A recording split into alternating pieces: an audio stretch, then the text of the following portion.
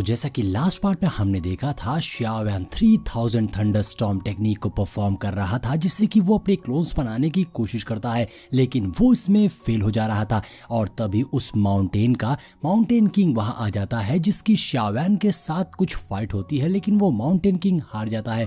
और अब यहाँ पर उसने शाओवैन को सारी बातें बता दी थी, जिसके बाद शाओवैन देखता है कि फाइनली वो भी क्लोन्स बनाने में सक्सेसफुल हो चुका है। अब एपिसोड की शुरुआत होती है उसी जंगल वाले सीन को दिखाते हुए, जहां रात में शाओवैन बैठा हुआ अपने क्लोन को बनाने की प्रैक्टिस कर रहा था, जहां वो अपने माइंड से कुछ एनर्जी निकालकर अपना एक क्लोन तैयार कर देता है। और उसे देखकर शाओवैन कहता है, जितना मैं जानता हूं इस क्लोन की एनर्जी डाउलिंग लेवल पर तो होगी ही। अब शाओवैन सोचने लगता है कि उसे पावर ऑफ विंड और थंडर की एनर्जी को एक साथ कंबाइन कर इस क्लोन के साथ प्रैक्टिस करना होगा। लेकिन इसमें शाओवैन घबरा रहा था, क्योंकि लास्ट टाइम जब उसने विंड एंड थंडर की पावर्स को इस्तेमाल किया था तो क्लाउड से निकलने वाली थंडर एनर्जी बहुत ज्यादा हो गई थी, जिससे शाओवैन कंट्रोल नहीं कर पा रहा था। और उस एनर्जी के सामने टिक पाना शाओवैन के लिए भी मुश्किल था, इसीलिए शाओवैन काफी सोच में पड़ा हुआ था। तभी शाओवैन के रिंग से मास्टर टियान वो कहते हैं, बेवकूफ लड़के, तुम्हें किसने कहा कि तुम विंड और थंडर की पावर्स का यूज करो?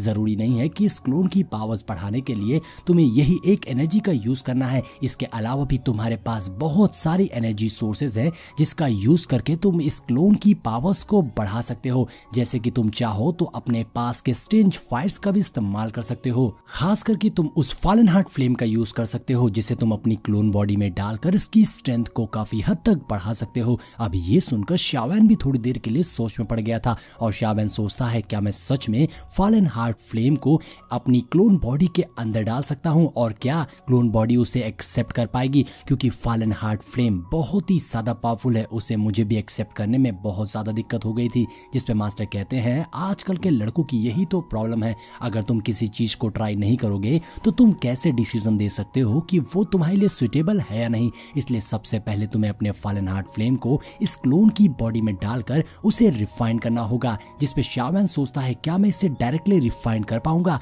अब यहाँ पर मास्टर बताने लगते हैं, तुम एक बार इसे ट्राई करो, क्योंकि फॉलन हार्ट फ्लेम कभी भी तुम्हारी बॉडी में रहकर तुम पर बैकफायर नहीं किया है, तो बहुत चांसेस है कि वो इस क्लोन बॉडी के साथ कंबाइन कर सकती है। मास्टर ये सारी बातें बता ही रहे थे कि तभी दूसरी ओर से क्लोन बॉडी भी शाओवैन को यही करने का आइडिया देती है। अब शाओवैन भी उस क्लोन बॉडी और मास्टर का इतना कॉन्फिडेंट देखकर इसके लिए तैयार हो गया था, और वो अपनी टॉकिस फ्लेम बाहर निकालते हुए उसमें से फॉलन हार्ट फ्लेम को अलग कर देता है और फॉलन हार्ट फ्लेम को उस क्लोन बॉडी के अंदर डाल देता है। जिसके बाद अब मास्टर भी शाओवैन की रिंग से बाहर आ गए थे, लेकिन हम देखते हैं कि फॉलन हार्ट फ्लेम के क्लोन बॉडी में जाते ही क्लोन बॉडी को तकलीफ होने लगती है, जो देखकर मास्टर कहते हैं, सबसे पहले तुम्हें इस फॉलन हार्ट फ्लेम के टेम्परेचर को कम करना होगा और इसे इस हद तक कम कर दो जहां तक ये क्लोन बॉडी उससे बर्दाश्त कर पाए। जिसपे शाओवैन ऐसा ही करता है और कुछ ही देर में वो क्लोन बॉडी उस टेम्परेचर को बर्दाश्त कर पा रही थी। जिसके बाद मास्टर कहते हैं, अब तुम धीरे धीरे इस टेम्परेचर को इंक्रीज कर, जिससे कि इसकी पावर्स बढ़ जाएंगी।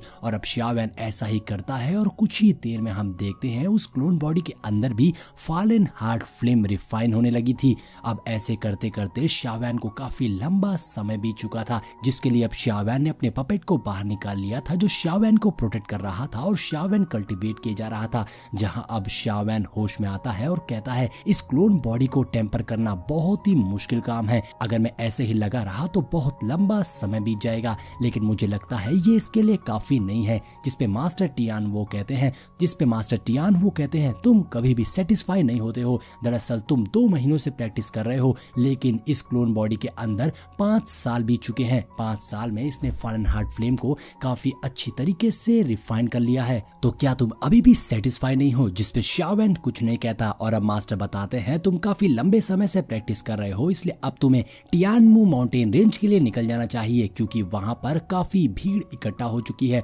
और अगर तुम लेट हो गए तो मुझे लगता है तुम्हें वहां से कुछ भी नहीं मिलेगा। इसलिए जल्द से जल्द अपनी तैयारी करो और यहाँ से निकलो। अब शाओवैन भी मास्टर की बात मानकर टियानमू माउंटेन रेंज के लिए निकल पड़ता है और हम देखते हैं शाओवैन को ट्रेवल करते हुए काफी टाइम बीत चुका था। शाओवैन कभी पहाड़ों के ऊपर से, कभी पेड़ों के ऊपर से भागता हुआ तो कभी उड़ता हुआ एक मैप की मदद से टियानमू माउंटेन रेंज की ओर जा रहा था। और ऐसे ही सफर करते करते फाइनली शाओवैन एक बर्फीले इलाके में पहुंच जाता है, जहां पर उसे सामने एक बहुत बड़ा सा माउंटेन दिखाई देता है, जिसे देखकर शाओवेन कहता है टियानमू माउंटेन रेंज तो सच में बहुत ही भव्य है। उसे देखकर शाओवेन शॉक रह गया था और अब शाओवेन उस टियानमू माउंटेन रेंज के पास जाता है जिसके एंट्रेंस पे पहले से ही बहुत भीड़ आई हुई थी। वहां देखकर शाओवेन कहता है यहाँ तो काफी लोग आए हुए हैं और ना जाने अभी कितने सारे लोग पीछे फॉरेस्ट में छिपे होंगे जो मुझे दिखाई तक नहीं दे रहे हैं।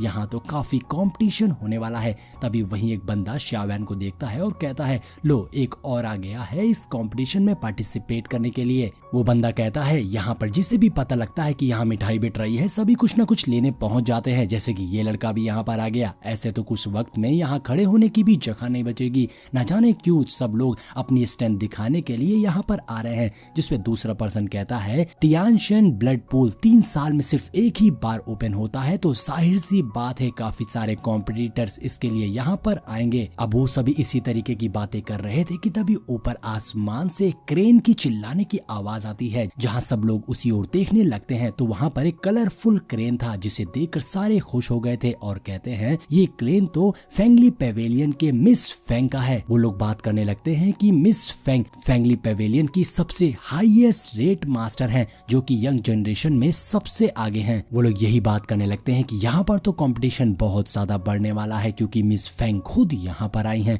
अब शाओवेन भी वहाँ बैठा हुआ उनकी बातें बहुत ध्यान से सुन रहा था। शाओवेन सोचने लगता है कि टियानमू माउंटेन रेंज ने तो पावरफुल पीपल्स की एंट्री को रेस्ट्रिक्ट कर दिया था। शाओवेन मिस फेंग की बॉडी की ओर देखता है लेकिन वो उनकी स्ट्रेंथ का पता नहीं लगा पा रहा था क्योंकि उनकी बॉडी में कुछ अलग ही ऑरा था जिसने उनकी स्ट्रेंथ को छिपा रखा था। शाओवेन बहुत ध्यान से मिस फेंग को घूरे जा रहा था जिसपे उसको याद आता है कि उसे ऐसा नहीं करना चाहिए नहीं तो लोग उसे पागल समझेंगे। जिसपे अब शाओवेन अपना सर नीचे कर लेता है। मिस फेंग अपने साथी एल्डर मू से कहती है एल्डर मू क्या इस बार बाकी तीनों पेविलियन से कोई भी यहाँ टियानमू माउंटेन आया है? जिस पर एल्डर मू कहती है ये भी कोई पूछने की बात है, बिल्कुल इन तीनों पेविलियन से मेंबर्स आए हैं। वैनजियांजी पेविलियन से टियान कुआंग स्वा टैंग योंग आया है और हुआंग कुआन पेविलियन से वैंग चेन आया है और तीसरा सिंगयू पेविलियन से मू किंग वैन निकल पड़ा है। ये सब यहाँ आने वाले हैं। जिस पर मिस फेंग कहती है ऐसा लगता है इस बार की ब्लड बैटल बहुत ही शानदार होने वाली है और मजेदार भी। तभी सेकंड एल्डर मिस फेंग से कहते हैं मिस फेंग पेविलियन से निकलते वक्त पेविलियन मास्टर ने कहा था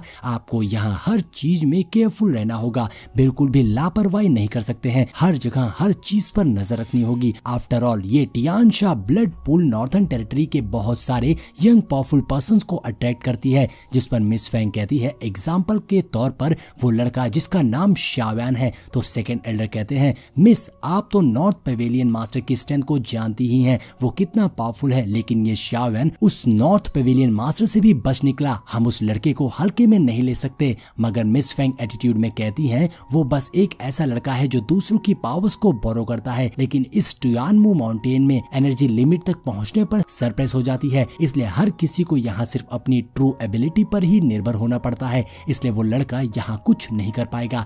तभी हम देखते हैं सामने बहुत सारी एनर्जी गैदर होने लगती है जिससे वहाँ एक पोर्टल बन रहा था। शाओवेन भी समझ चुका था कि शुरुआत हो गई है। उस एनर्जी का ऑरा बहुत ही स्ट्रॉन्ग था जिससे बहुत से बंदे पीछे हो जाते हैं और अब उस एनर्जी के बीच में एक पोर्टल ओपन हो गया था जो देखकर सभी एक्साइटेड हो गए थे। शाओवेन भी बहुत एक्साइटेड था। वो कहता है जैसा एक्सपेक्ट किया था ज़ोंगज़ो अमेजिंग है। आगे शाओवेन खड़े होते हुए कहता है इस बार मुझे पूरी कोशिश करनी होगी कि मैं ज़ोंगज़ो के यंग जनरेशन में कौन सी पोजीशन हासिल कर सकता हूँ। अब वहाँ आए सारे ही बंदे उस पोर्टल में एंटर करने लगते हैं। वहीं मिस फेंग भी अपने दोनों साथी एल्डर्स को वहीं माउंटेन में रुकने को कहती हैं, बाकी आगे का मैं संभाल लूंगी। ये बोलकर मिस फेंग भी पोर्टल में एंटर हो जाती हैं और उसका ऑरा फील करके कुछ बंदों को समझ आ जाता है कि वो कितनी ज्यादा पावरफुल लेडी है। तभी शाओवेन भी तेजी से फ्लाई करते हुए मिस फेंग से आगे निकलकर उस पोर्टल में एंटर करने लगता है। ये देखकर मिस फेंग भड़क जाती हैं और वो फौरन शाओवेन पर अटैक कर देती हैं। अब दोस्तों आगे क्या होने वाला है